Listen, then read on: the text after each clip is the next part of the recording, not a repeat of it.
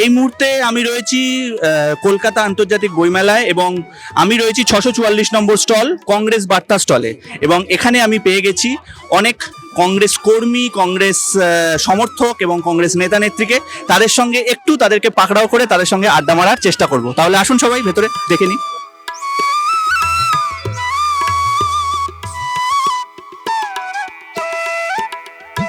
প্রদীপদা, একটা প্রশ্ন করব, সেটা হচ্ছে যেটা আমি সবাইকে করছিলাম, যে তোমার বইমেলার মানে প্রথম বইমেলার স্মৃতি যদি একটু বলো। বইমেলায় আমরা প্রথম কবে এসেছি সেটা আমার মনে পড়ে না, কিন্তু আমি যখন ছাত্র পরিষদ করি সাউথ সিটি কলেজে,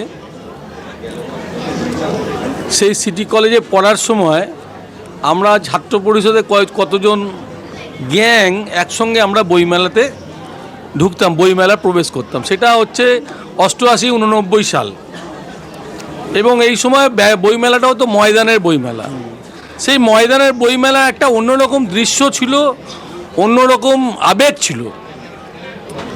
যে কলকাতার আশেপাশের জেলা থেকে কলকাতায় আসাটা খুব সহজ, ধর্মতলায় বাসে আসতো, ট্রেনে আসতো, এবং অনেক মানুষের সমাগম হতো, প্রচুর মানুষ, আমরা পা রাখার জায়গা থাকতো না, আর প্রচুর মানুষের ইনভলভমেন্ট ছিল এই বইমেলাতে।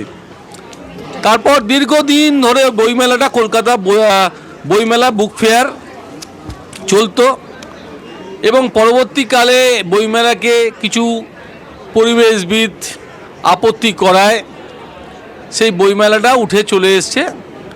প্রথমে এলো সল্টলেকের, এখন বিধাননগরে। তো আমরা দেখছি অনেকদিন ধরে অ্যাড দেখছি কলকাতা বইমেলা, কলকাতা বইমেলা। এখন অমিতাভদার বাড়ি সল্টলেকে, এখানে বিধাননগরে। তো অমিতাভদার দুয়ারে বইমেলা এসে গেছে, কিন্তু আমাদের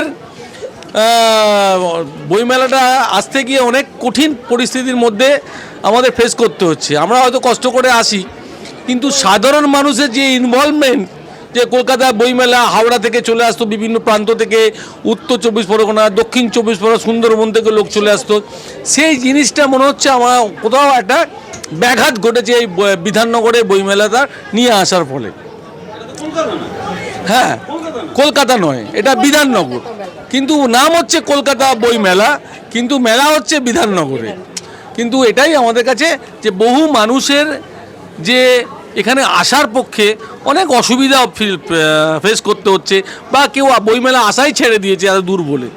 সুতরাং আমার মনে হয় যে এটা আমাদের কাছে খুবই বেদনাদায়ক যে সবাইকে ইনভলভ করা যাচ্ছে না, সবাইকে নিয়ে আসা যাচ্ছে না বইমেলা প্রাঙ্গণে।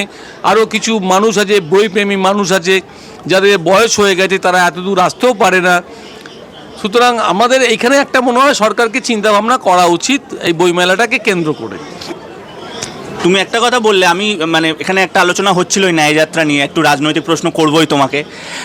একটা কথা বলছি, আসামে যখন রাহুল গান্ধীর ন্যায়যাত্রা ঢোকে, তখন ওখানে প্রচণ্ডভাবে প্রতিহত করা হয়, মিছিল আটকানো হয়, এবং একটা রেজিস্ট্যান্স আমরা দেখতে পাই, কংগ্রেস কর্মীদের পক্ষ থেকেও দেখতে পাই, কিন্তু সরকারের পক্ষ থেকে একটা চাপ সৃষ্টি করা হয় যাতে এই যাত্রাটা যেন যেতে না পারে। তো কিসের ভয়? তুমি কি মনে করো যে এই ন্যায়যাত্রা সাধারণ মানুষের মধ্যে একটা পজিটিভ ইম্প্যাক্ট ফেলছে বলে সরকারের তরফ থেকে ভয়?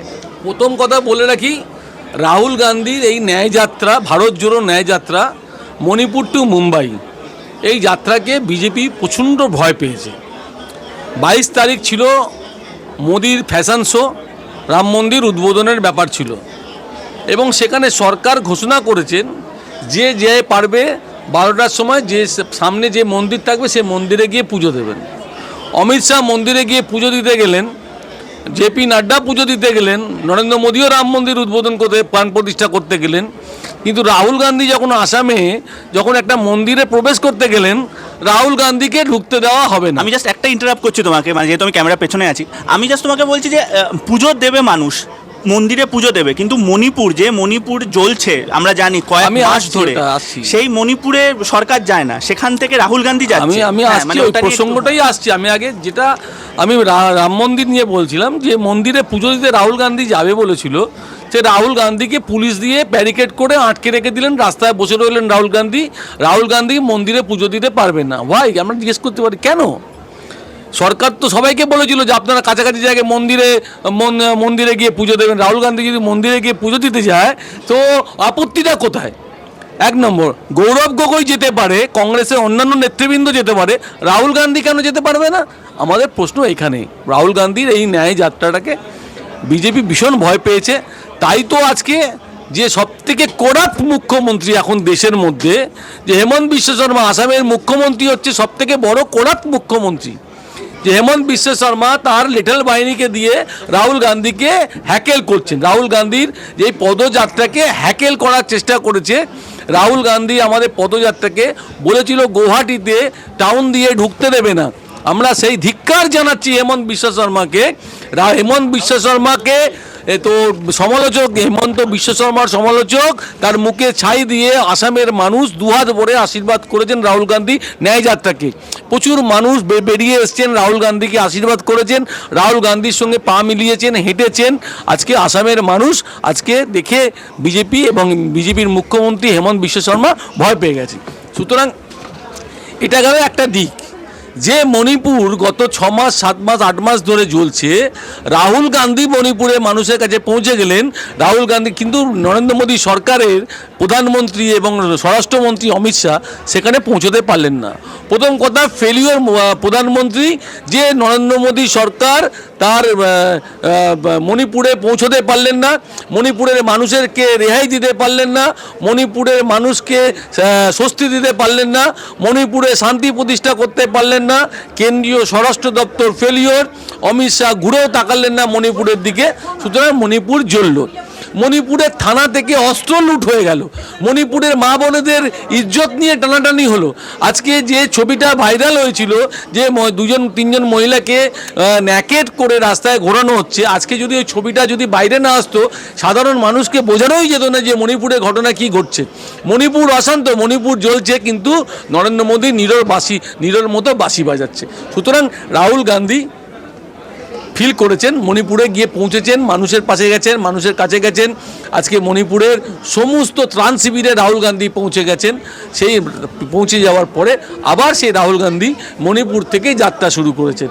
আজকে মণিপুরের মানুষ, মিজোরামের মানুষ, অরুণাচল প্রদেশের মানুষ, আসামের মানুষ ব্যাপকভাবে সাড়া দিয়েছেন রাহুল গান্ধীর ন্যায়যাত্রাকে।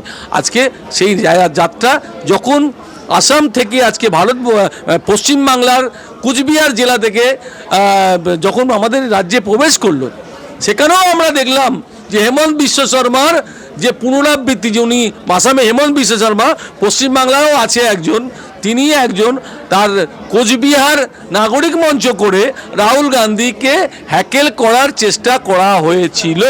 তারা কারা? আমরা পুলিশের কাছে তদন্ত দাবি করছি। এই কোচবিহার নাগরিক মঞ্চ কে বা কারা গেছিল রাহুল গান্ধীকে হ্যাকেল করার জন্য? তাদেরকে চিহ্নিত করা হোক। কোথায় পুলিশ? আজকে ভারত ন্যায় যাত্রায় পুলিশ ছিল না।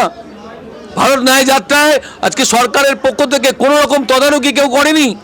রাহুল গান্ধী আজকে যে ভারতবর্ষের যে আগামী দিনের আগামী প্রজন্মের নেতা এবং আগামী ভারতবর্ষের আগামী প্রজন্মের আগামী ভবিষ্যৎ ভারতবর্ষের, সে রাহুল গান্ধী যখন পদযাত্রা করছেন, তখন সরকার কোথায় ছিল?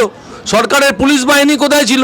সরকারের ইন্টেলিজেন্স কোথায় ছিল যে কোচবিহার নাগরিক মঞ্চ নামে রাহুল গান্ধীকে হ্যাকেল করতে যায়? আজকে তারা কারা আমরা খবর পেয়েছি, তারা তৃণমূল কংগ্রেসেরই কর্মী। সুতরাং রাহুল গান্ধীও এতে তিতি বিরক্ত হয়েছে। তাই আমরা বলছি যে এই যাত্রা পশ্চিমবাংলায় 5 দিন থাকবে।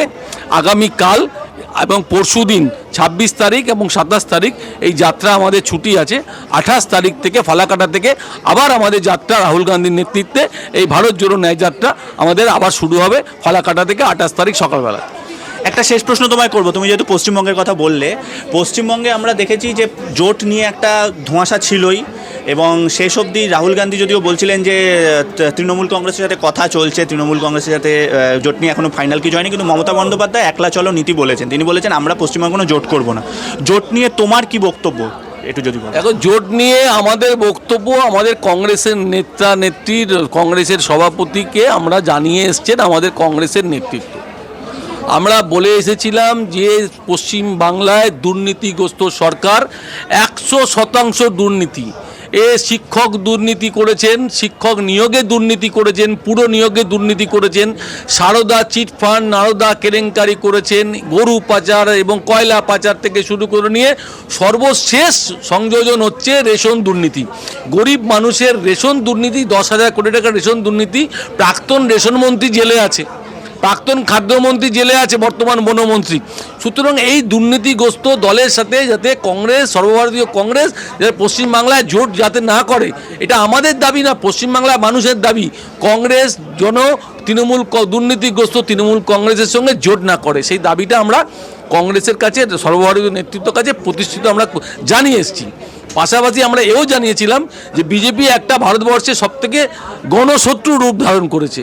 রাষ্ট্রায়ত্ত শিল্পগুলো, পিএসইউগুলো বিক্রি করেছে, মানিটাইজেশন পাইপলাইন নামে টাকা তুলেছে, বেসরকারি সরকারি সম্পত্তি বিক্রি করে দিয়ে আজকে তারপর থেকে আজকে মেহেঙ্গাই চরম সীমায় পৌঁছে গেছে। আজকে আজকে ভারতবর্ষের 45 বছরের রেকর্ড ভেঙেছে বেকারত্ব। আজকে রাজ্যে রাজ্যে মানুষ আজকে কাজ নেই, কর্ম নেই, রোজগার নেই।